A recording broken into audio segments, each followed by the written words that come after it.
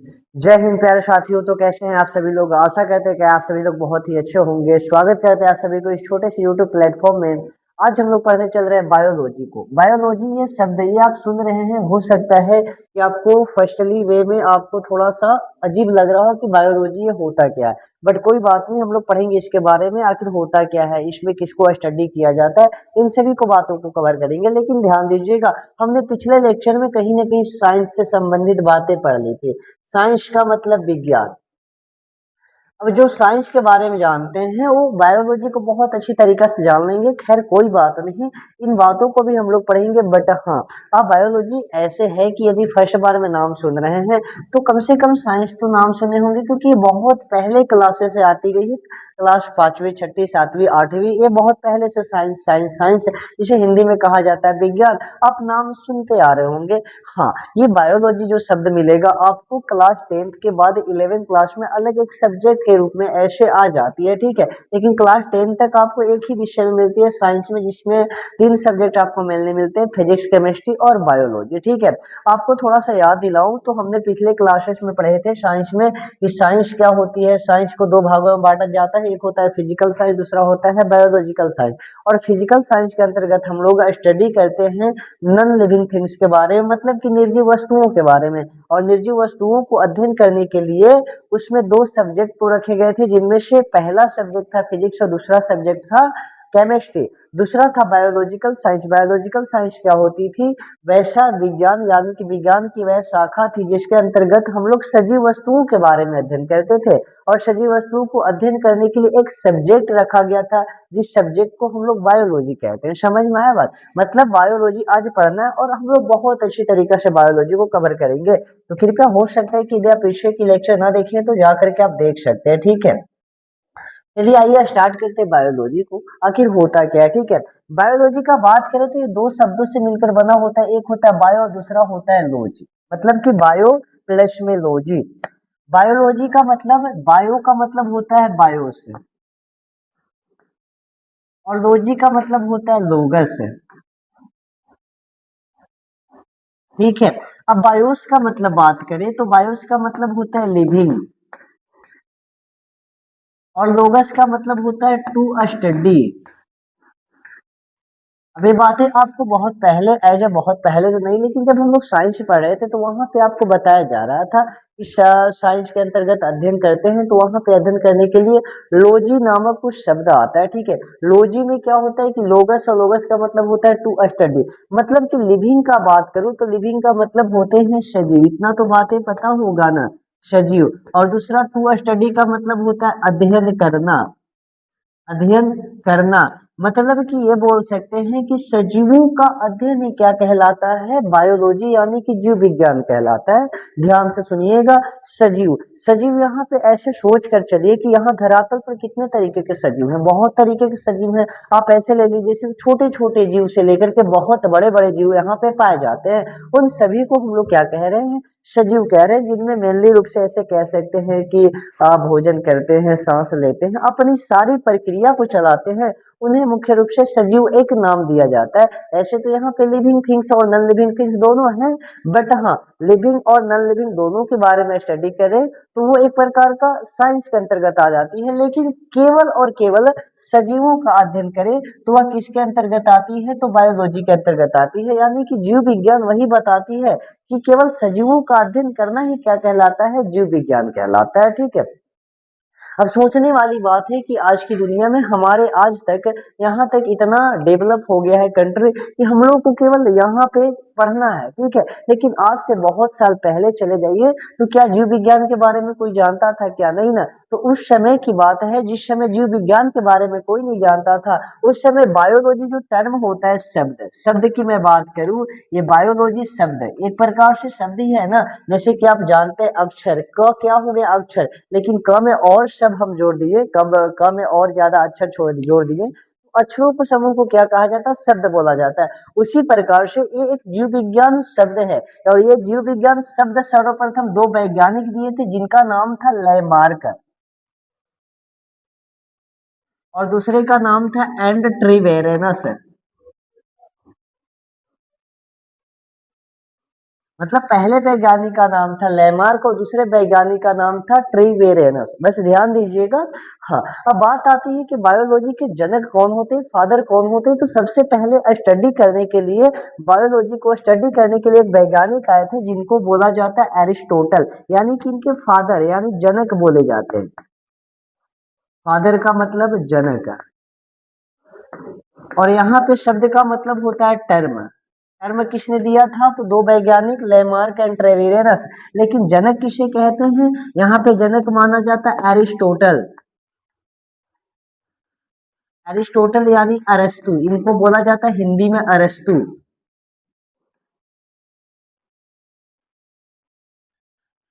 अरस्तु को कहा जाता है।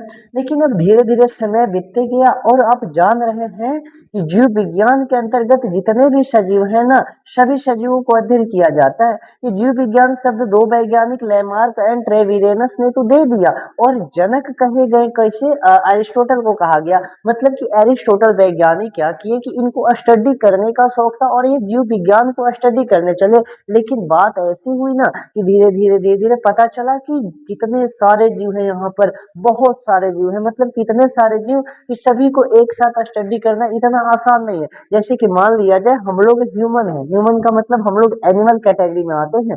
दूसरी बात है यहाँ पे और भी जीव पाए जाते हैं, जैसे प्लांट्स का नाम ले लीजिए, तो प्लांट्स भी जीव हैं जो कि हम लोग से थोड़ा सा भिन्न होते हैं। इसके अलावा यहाँ पे सूक्ष्म जीव आप नाम सुने होंगे, माइक्रो ऑर्गेनिज्म, जैसे कि बैक्टीरिया हो गए, फंगस हो गए, कवक बोला जाता है उन्हें, ठीक है। इसी प्रकार से वे सभी तो जीव है ना जिन्हें हम खुली आंखों से देख भी नहीं सकते हैं।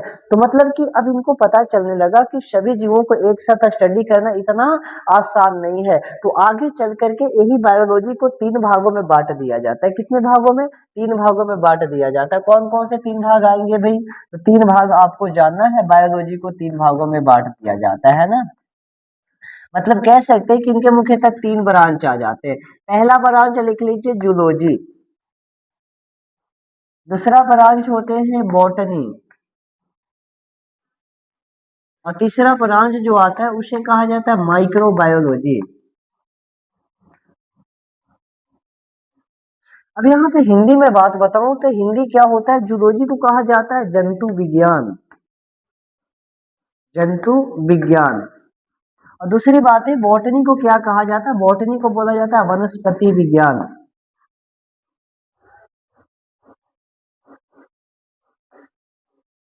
माइक्रोबायोलॉजी को क्या बोला जाता है, तो इसे बोला जाता है सूक्ष्म जीव विज्ञान।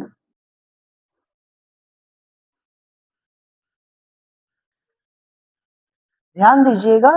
अब ये भी क्या है कि एक प्रकार का ऐसे बोल सकते हैं कि बायोलॉजी का ब्रांच है।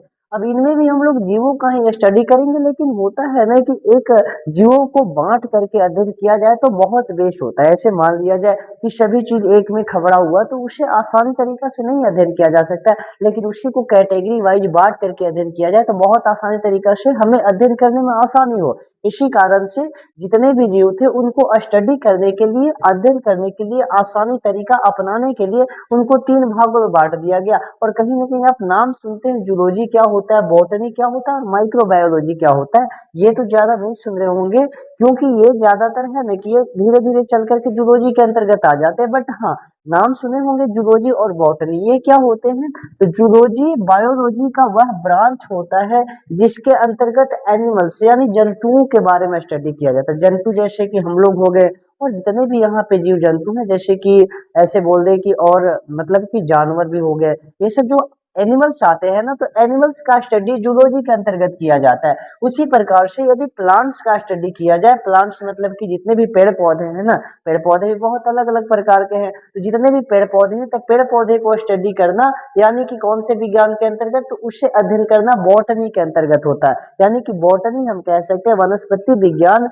जीव विज्ञान की वह शाखा होती है जिसके अंतर्गत वनस्पति यानी कि पेड़ पौधे के बारे में स्टडी किया जाता है। उसी प्रकार से सूक्ष्म जीव विज्ञान क्या होता है कि जीव विज्ञान की वह शाखा होती है जिसके अंतर्गत सूक्ष्म जीवों के बारे में स्टडी किया जाता है।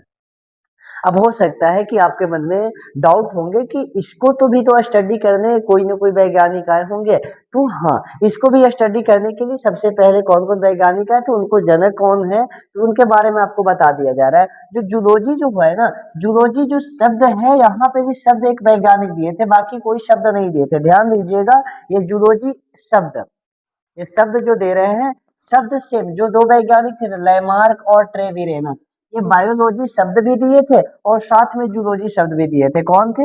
Lamarck and Treviranus.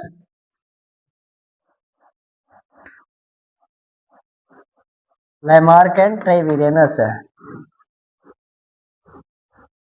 ठीक है। उसी प्रकार से इसके जनक कौन कहे जाते हैं, तो जनक बोला जाता है FATHER। फादर कौन कहे जाते हैं, तो फादर एरिस्टोटल को बोला जाता है। उसी प्रकार से इनके जो बॉटनी के जनक थे, बॉटनी के, अब आपको कहना होगा कि इनके भी तो कोई शब्द दिए होंगे ना, तो नहीं, इनका कोई शब्द नहीं दिए थे, बस इनके जनक जो थे ना, वही इन सभी के बारे में बताए थे। तो जनक कौन थे? इनके जनक कहे जाते हैं थियोफ्रेस्टस को।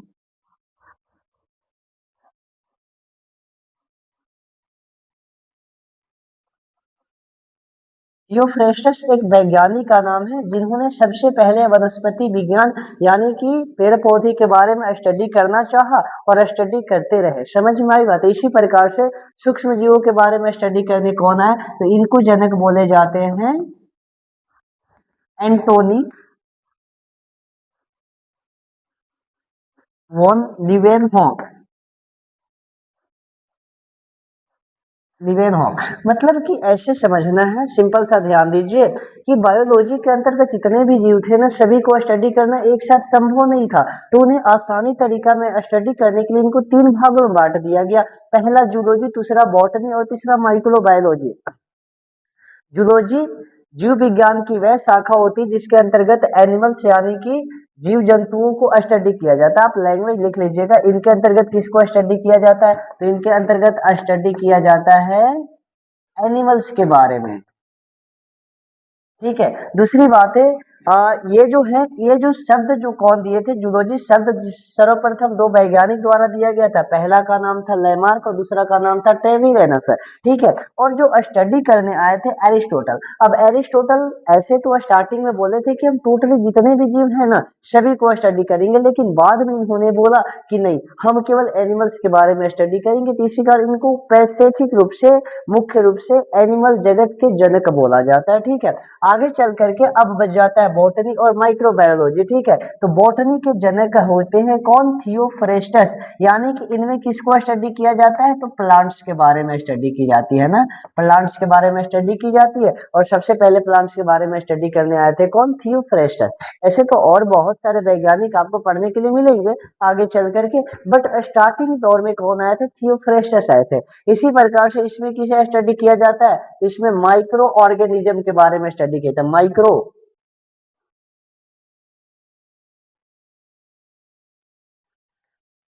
माइक्रो ऑर्गेनिज्म को कहा जाता है सूक्ष्म जीव।